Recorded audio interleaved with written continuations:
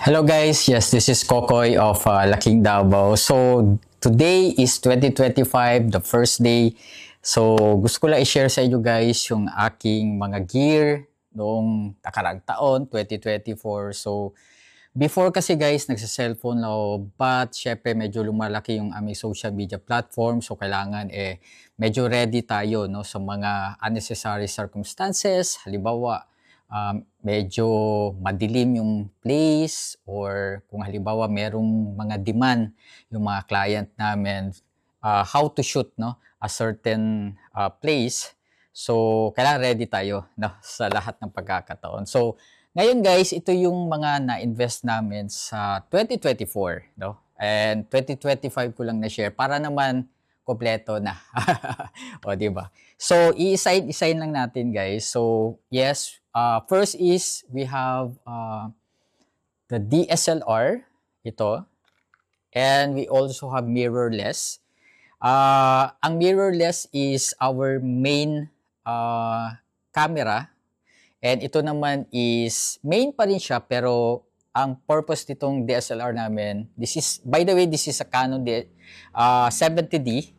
Ang purpose niya is for vlogging. So, this 2025, mag-ano na kasi ako, mag-vlog na tayo. Balik vlog na naman tayo dito sa Laking Davao. So, ito yung ginagamit ko. While sa ano naman, for formal no, na video, ang ginagamit naman namin is the Sony, saan ba yung carton yan? Nandoon, hindi ko makuha. Sony ZV-E10 Mark II. So, we have 3 lenses. Actually, for Sony, we have 50mm Sony lens. And we also have 12mm by 2.8. No? And para sa Canon 70D, kit lens lang meron tayo, 1855. Then, meron akong zoom lens, 55 to 200mm. So, that's it. And para sa ating kumbaga pinaka ginagamit namin is we have 2 phones. So itong dalawang phones na to guys, merong backup, then we also have the main cellphone. Usually ginagamit ko to sa Laking Davao for portrait mode, no? Okay? And syempre we also have gimbal, phone gimbal para sa ano namin. So, this is the DJI OM6.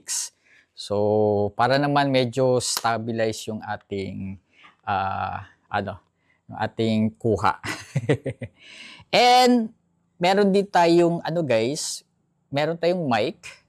So, ginagamit ko ngayon, this is the Saramonic 500 Plus. Yun yata, nakalibutan ko na. Basta Saramonic siya. And, meron din tayong mic. Ito naman yung mic this is for when in Davao, just in case meron kaming mga personalities or mga artista na i-interviewin. At least ready tayo for the interviews. This is for when in Davao. And meron din tayong action cam. So this is the DJI Action 4. So yung after ng 3 months na nabili ko to, lumabas yung Action 5 Pro. Pero okay na okay lang kasi meron naman silang different character, but definitely I really like this. Ito yung ginagamit ko for yung mga shots sa city, no, habang nagra-ride ka. So I really love this. And meron tayong pang POV ng ating DJI Action 4, which is ito. Just in case naman na halimbawa mga buffet and gusto mong kumuha ng ng mga kumukuha ka ng pagkain, ito naman ginagamit ko. So, i-attach mo lang dito. Yon, okay? Then, ilagay ko lang balik, guys. Baka mawala. Yon. Then, meron din tayong ito. We also have yung pangmalakasang drone. So, this is for when in Davao and Laking Davao. So, ito naman, guys, ginagamit namin to for mga hotels, resorts, mga staycation, or mga tourist spot. Syempre, mas maganda kung meron tayong aerial view. So, this is the DJI Mini 3.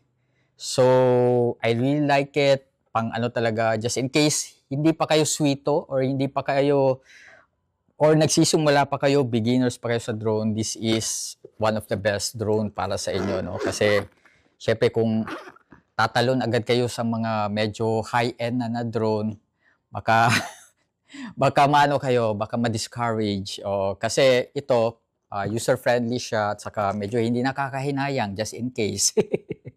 Okay, so basically, that's it. Our gear, no, sa ating mga social media platforms sa When in Davao and syempre sa Laking Davao. So, yeah, I hope at least ano kayo guys, nakita nyo yung aming mga secret gear.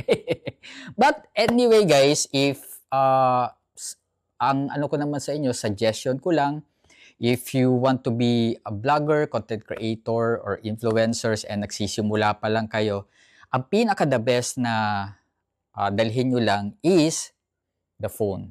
Wala nang iba. iPhone lang talaga, Android lang talaga. Kasi much better siya kasi bukod sa magaan siya, user-friendly din, okay naman talaga rin yung quality, no, ng kanyang mga kuha, no. So ang ano lang guys, ang i-invest nyo lang talaga is at least mid-range or papunta ng premium or yung mga high-end na phone. At least mag-invest lang kayo doon kung nagsisimula pa lang kayo. But if medyo lumaki na yung inyong social media platform, at least isa-isain lang ng invest sa mga ganitong mga gear because we don't know kasi guys na in my case halimbawa itong mic. So halimbawa meron kaming mga live. So syempre wala pa akong mic before. So kailangan ko pang sumigaw. Ang sakit dito sa lalamunan. So that's why naisipan ko na mag-invest ako ng mic, no? And halimbawa lang guys, brief history lang to ng Laking Davao. So this one, this is one of my oldest. Actually, ito ang pinaka-oldest gear ko. Kasi yung una kong ginagamit, yung iPhone 7, yes, iPhone 7, medyo nasira na. Actually, sira na talaga. So, yun yung original ko. And this one. So, this is the Canon 70D. Pero until daw, nagagamit ko pa siya. And I decided na gawin ko na siyang camera for my vlog talaga. So, at least, di ba, kasi natambay talaga to guys kasi ang ginagamit ko na is phone, yung action cam. So, sayang naman. And the photos na nandito, maganda pa naman. And I really love the, yung color, niya, formula ng color niya. The best talaga. So, yeah, basically that's it. So, thank you so much guys for watching our, mini video. And sana nagustuhan nyo yung ating video. So, thank you so much. This is Kokoy of Laking Davao.